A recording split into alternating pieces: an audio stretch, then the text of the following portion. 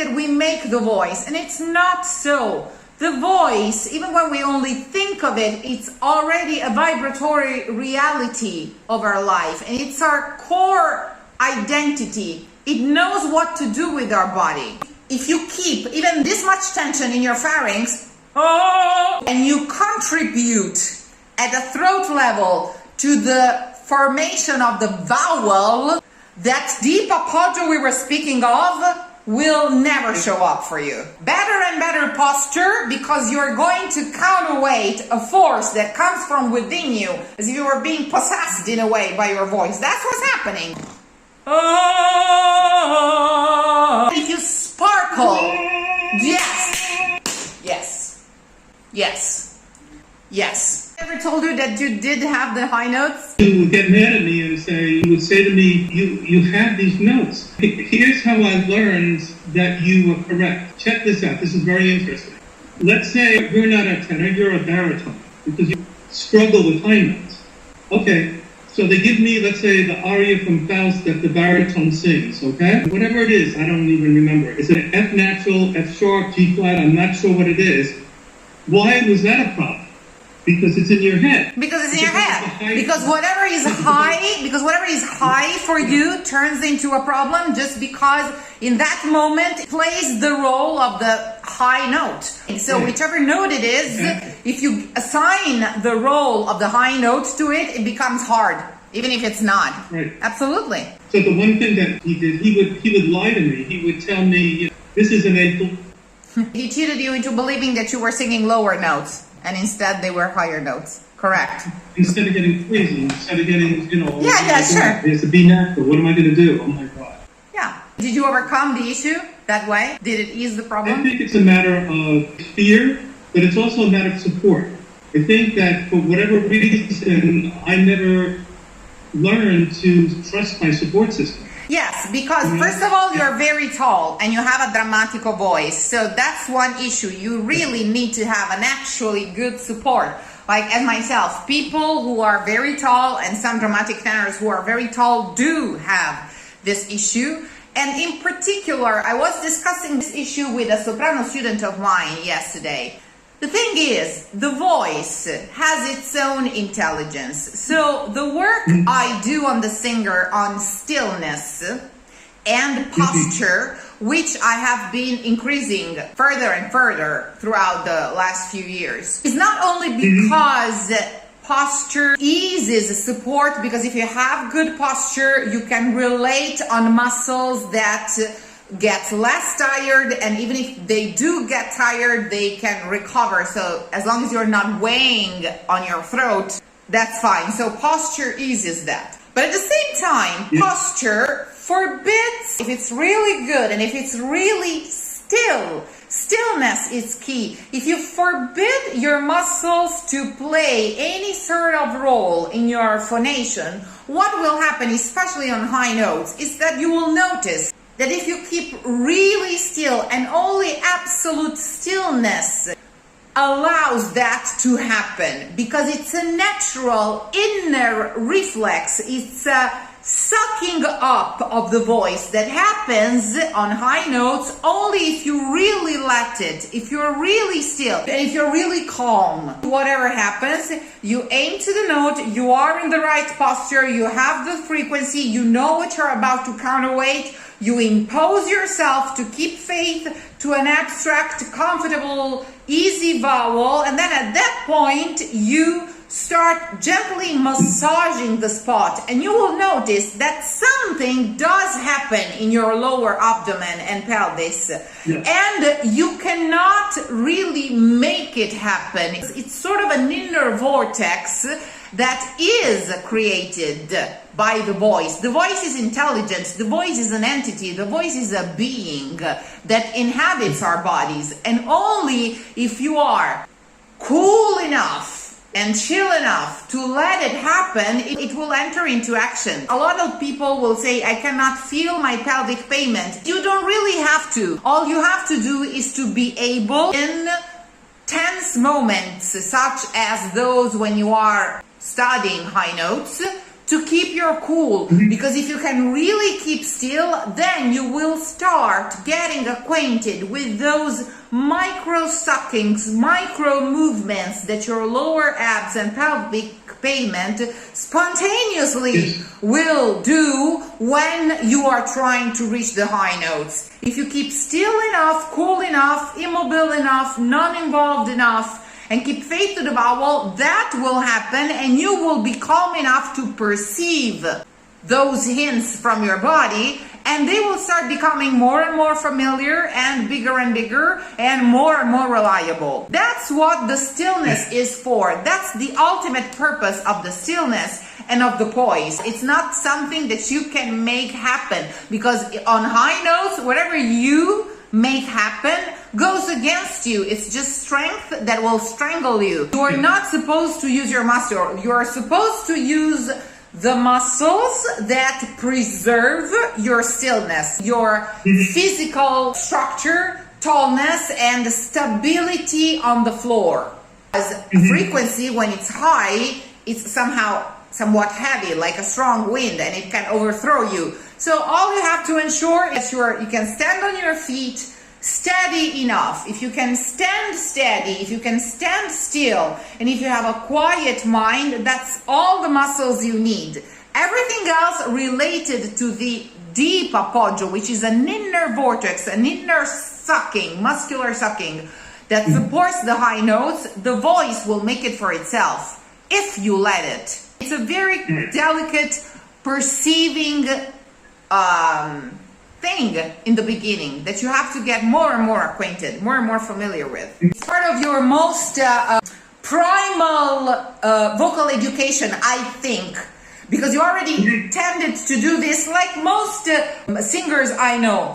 If you keep even this tension, this much tension in your pharynx, and you contribute at the throat level to the formation of the vowel, that deep appoggio we were speaking of will never show up for you. Never. This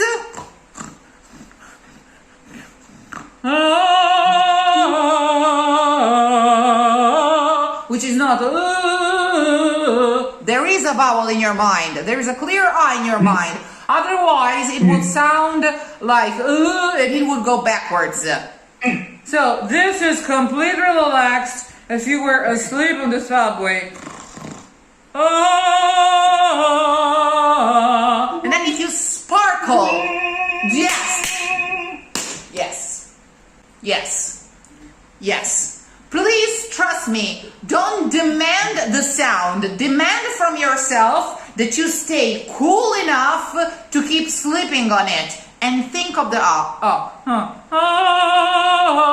as if you were meditating and trying to transmit a thought telepathically. I don't know. Go buy me Coke. I don't know. Okay? So, just something like that. Just sleep on it.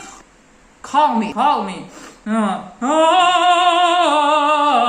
But from the outside, I have to see a man that looks like he's screen frozen and asleep. Please, trust me. Ensure that stillness. And you don't have to demand from yourself the pitch, but you can demand from yourself that you really keep ridiculously still in your face, tongue, and throat. Still and soft.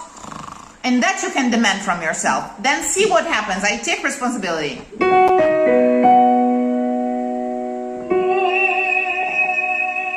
No, control your mouth. It's not bad, but it's not what we want, because we want to go much higher and we want the instrument to be free to do that.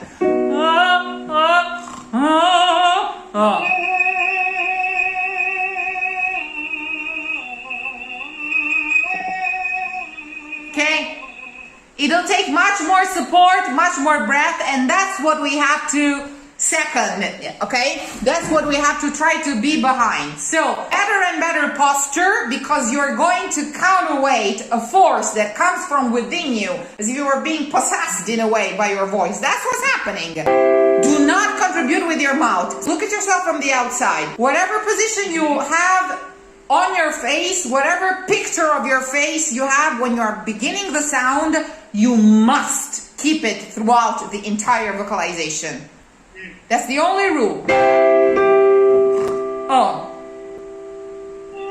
No mouth. Just stand tall. Make sure that you resist the weight of the frequency. Okay?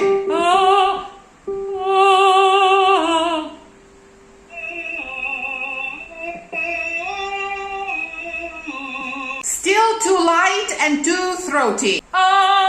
In the back of your throat. No.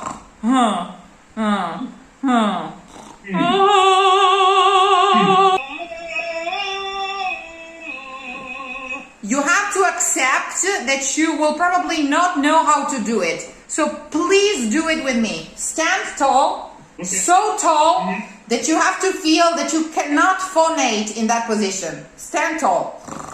Tall. Not this tall, this tall. As if we were trying to touch the ceiling with the top of your head. That is tall. That is tall. And make sure that you can stand in that position, that you are stable enough for yourself. Now, freeze. Do not open your mouth. Make sure that the inside of your throat is asleep, is snoring. Think from your mind an ah vowel and don't move anything. See what it wants to do. Make a couple of simulations. Don't open your mouth, no matter what happens. This one, think of a clear ah. Go for it.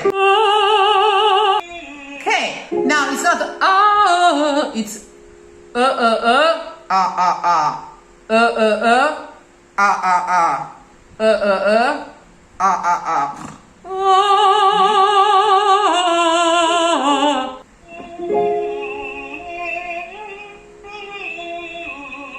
I know it sounds counterintuitive, but try and keep your mouth, your lips closer to one another. As if you really had an anesthesia or a toothbrush in your mouth. You can still think of a nah. Thank you.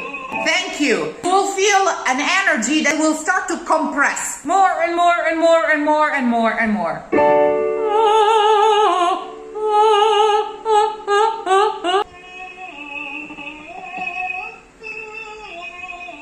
Bad at all. Demand more stillness from yourself, more stillness, both physical and mouth, and keep your lips closer together. Compress that energy, compress that center, keep it in a smaller place inside your skull. Listen to what's happening, to what's singing inside your skull.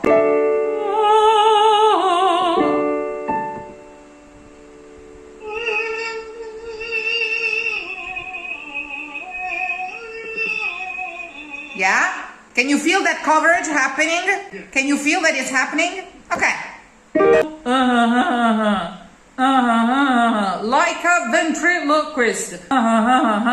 You can still think in your mind, no mouth. It must be barely able to see the inside of your mouth. I think I've been creating, for whatever reason, more space. More space. Not in the right place. More physical space, not in the right place, correct. But also, since you have still a lot of physical strength and you are an extremely volitive man, and like all singers, when you can push it, you're going to push it.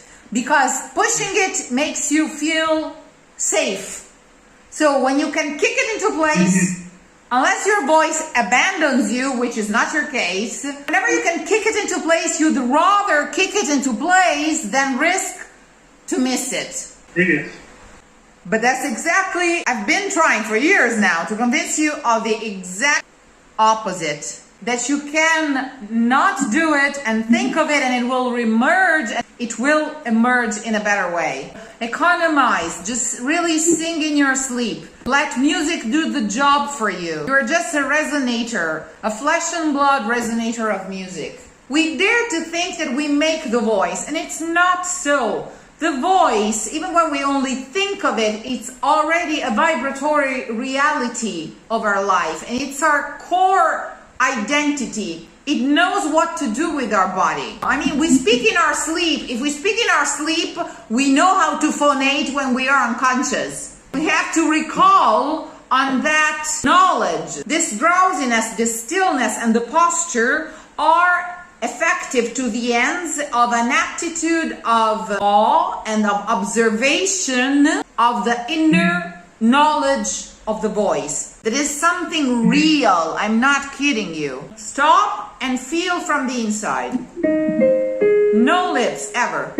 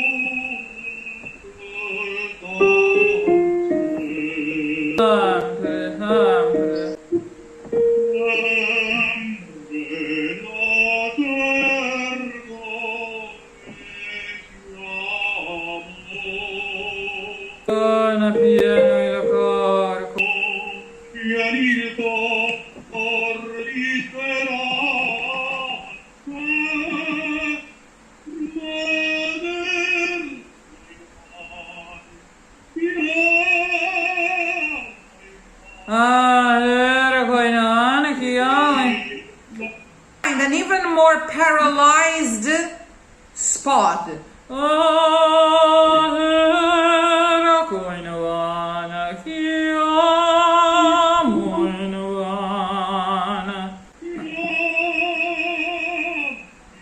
Exactly. If you make it more spacey, it will be in your way. Right, that's the way I think of it. If you make more space, that means you have a force to fill. No. No. The space necessary is in your mind, not in your throat. The throat is the throat. It's just flesh, it's just muscles, blood, cartilages. It's stuffed, the stuffed space. You cannot make any real space in here. Whoa. It's like the soul, the anima of the violin. It's inside, you don't play on it. It has to vibrate freely and do its own hidden job. Not even laryngologists know what really happens when we phonate, because they can only put a stroboscope down our throats and watch what the folds do on command and have us do But what really happens when we are phonating and really singing, especially singing good, nobody knows. And if nobody knew so far and everybody sang, maybe nobody needs to know. It's soft, it does its own job. You've been speaking since you were 1 year old. You know what to do. Just keep still and observe, observe, observe. Wait and observe and keep your cool.